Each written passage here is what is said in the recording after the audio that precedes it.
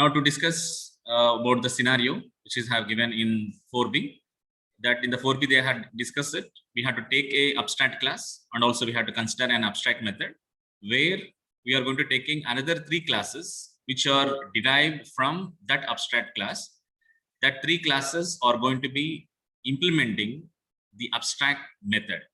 That is the objective. So we have to consider an abstract class, an abstract method, and we are going to be deriving 3 more classes which are deriving from that abstract class, and the implementation of that abstract method are going to be done in that 3 extendable classes, in that deriving classes. That is the concept. Okay, so this is the aim here, whether you are considering to find out the number of sides of each the diagram drawing, or whatever the contest you can consider. So this is a common generic contest they have given.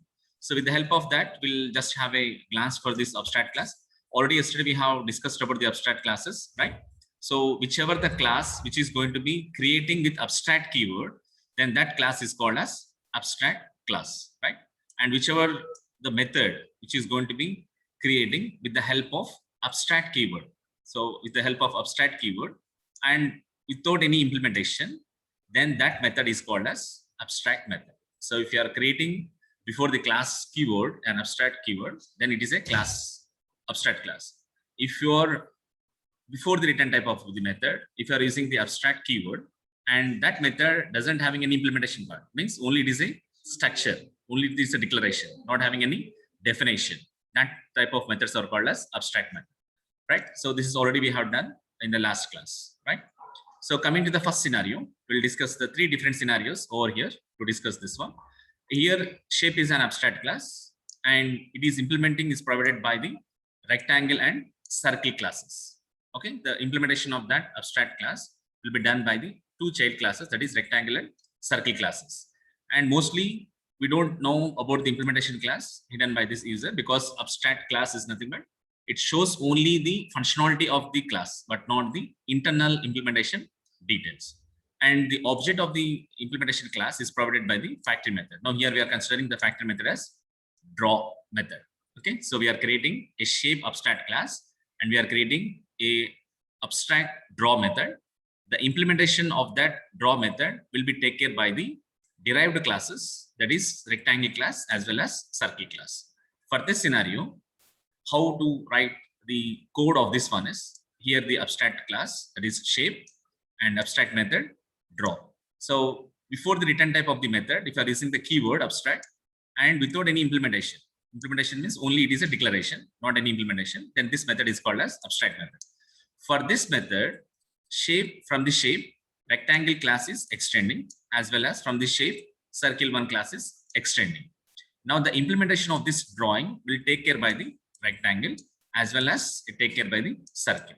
Now with the help of the draw method, we can draw the rectangle, we can draw a circle, we can draw anything. So only the structure we are considering. The implementation part will be taken care by the respective classes. However they want, they can implement it. That is the objective of this abstract class. Okay, so that is the scenario. And here we are going to call in the main method with the help of a class called as test abstraction one. And here we are creating the object, whichever the class is required, that will be created the object. Now see in the left hand side, we are creating the object reference, means we are declaring the object reference of the abstract class, that is shape, yes. At the right hand side, we are creating the object to whom we are going to be calling that implementation method. So if you want to be call the implementation method of circle class, we had to create at the right hand side the object creation for that class, that is circle one. Say for example, if you want to be call the implementation method of draw for the rectangle, instead of in the right hand side new circle one, you have to use new rectangle. Okay, so with the help of this S object, it is calling draw. Now when it is called the S dot draw, it will be calls the method of circle class, that is draw.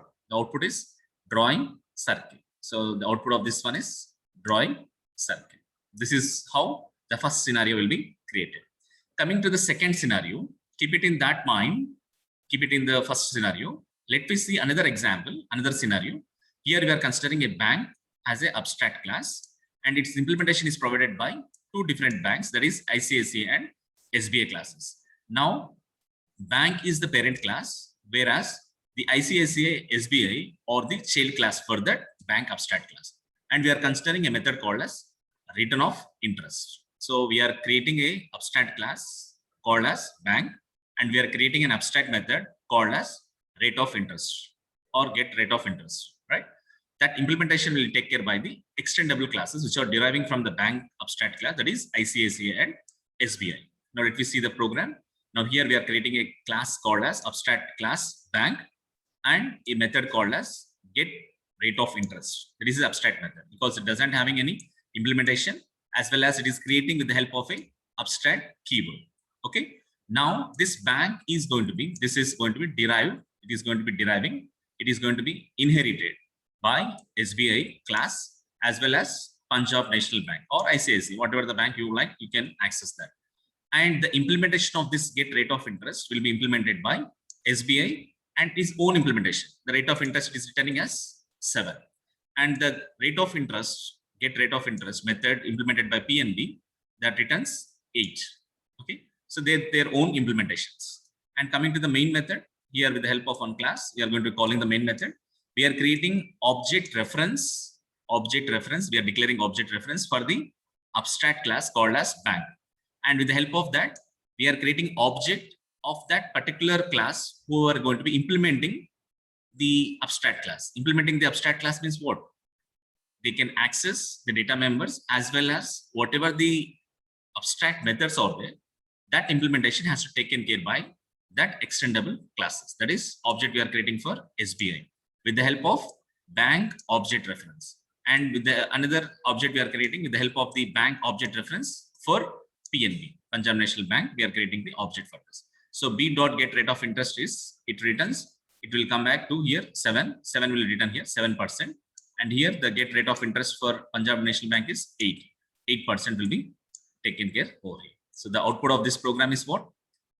Rate of interest is 8%, that is 7%, and rate of interest is 8%. Or else you can write that rate of interest for SBI is 7%, rate of interest for PNB is 8%. Like this, the output will be come over. Okay, is it clear about the two scenarios? Let me discuss the third scenario. So keep it in that two scenarios in mind. Coming to actual program, actual our 4B program. Here I am showing the scenario. Later you can change however you want. Okay. So what is the program? Here is we have to create an abstract class named shape. Okay. It contains an empty method named as number of sites. It contains an empty method indicates means what? It is an abstract method because empty method means doesn't having any implementation, only the structure. Now provide 3 classes, trapezoid, triangle, hexagon, such that each of the classes extended the class shape, right? The same. It is class trapezoid extend shape, class triangle extends shape, class hexagon extends the class shape. Like this, it is extended. Each one of the classes contain only the method number of sites that shows the number of sites in the given geometrical figures. The geometrical figure in the sense for trapezoid, it is a 4 sides. For triangle, it is a 3 sides. For hexagon, it is a 6 side. That's how the output can be displayed. Now let me write the program for this one. I'm just opening a notepad here. I'm just starting writing the class. So what is the first abstract class here is abstract class shape. Okay, this is a class. Now this is consisting of what? An empty method. It is consisting of an empty method called as number of sites. Now I'm taking an abstract method number of, directly we can consider number of sites, only the structure, doesn't having any implementation. So this is abstract class and abstract method. Now what they said, provide 3 classes. What are the 3 classes? Class trapezoid,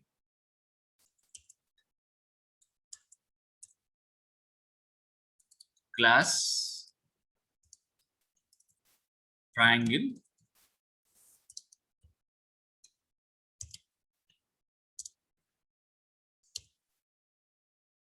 class hexagon,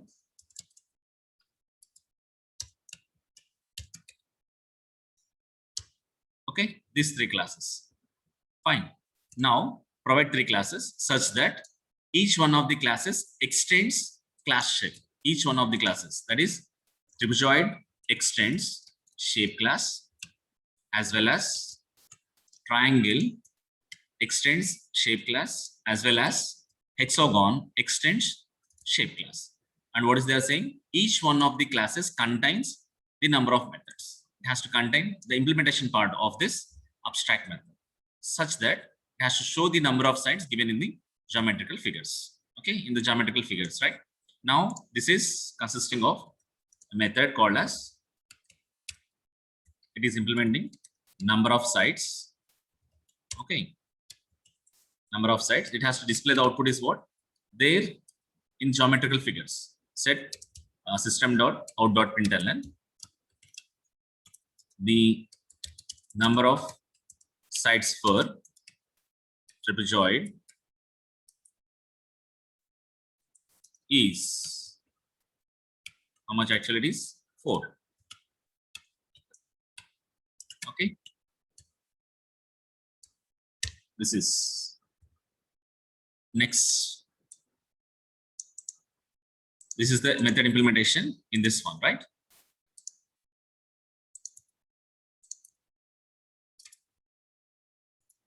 This is a method implementation in this class. Now, end of this class. Now, the same, it is going to be there in triangle. Now, the number of sides for triangle is, it is 3. Okay, and for hexagon, the number of sides for hexagon is 6. Okay, so end of this class. See here, it is end of this class, end of this method, end of this class. One more extra is there, and here end of the method, end of the class. Now we have created an abstract class. We have declared an abstract method, and we are creating 3 classes. All that 3 classes are extending the shape class, as well as in each class, the implementation part of that abstract method we are defined in this each child classes. Now call the main method. So to call the main method, just we are going to be create a one more class. What we can say, n sides. Whatever it's your interest. Whatever the class you can want, you can add it. Now public static void main. Create the arguments of string over here and start the main method. Now what do we need to create? First we have to create a object reference or declare an object reference for abstract class. Abstract class here is shape. So s equal to, we are creating the object for, first we can create for trapezoid. We create the abstract for object for trapezoid. Now just when you are calling, it will display that output, the number of sides is so on so, right? When you are calling, it will go to the respective method. So how to go to the respective method? S dot number of sides. This is right. We are creating an object reference S here for the abstract class. With the help of that object reference, we are creating an object for trapezoid for the class, and we are calling the method of S dot number of sides. In this line, which number of sides will call? Who is calling? S is calling. Now currently S pointing to which class object? Trapezoid class object. Okay. Now this is 1. Now same, with the help of this, we are going to creating. This is for S, right? Now same for, we can create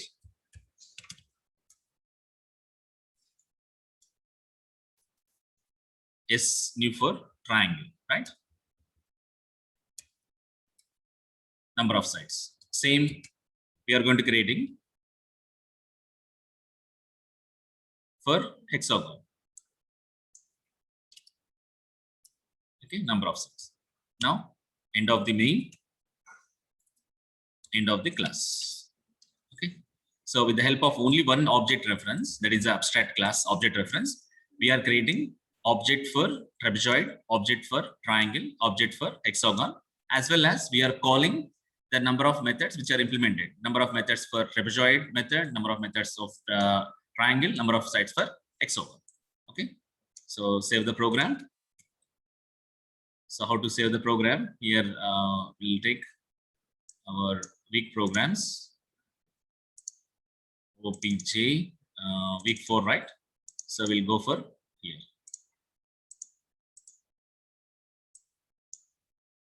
We'll go for n sites 1 to 3. Like this also you can create insights 1 to 3 dot Java. Not a problem. Just insights 1 to 3. Okay. Here we are created. Now go to the respective folder. So that directly we can go from here itself to the command prompt for B here itself. I'm just going from the address bar command prompt. So what is the program name? N sites 1 to 3 dot Java. If I have any errors, it will show us no errors. Run the program. N sites 1 to 3. Some problem here. That problem is exception handling. Wrong name. So wrong name in the sense where we had done mistake. Wrong name. N sites 1 to 3, and it is showing that trapezoid, triangle, abstract.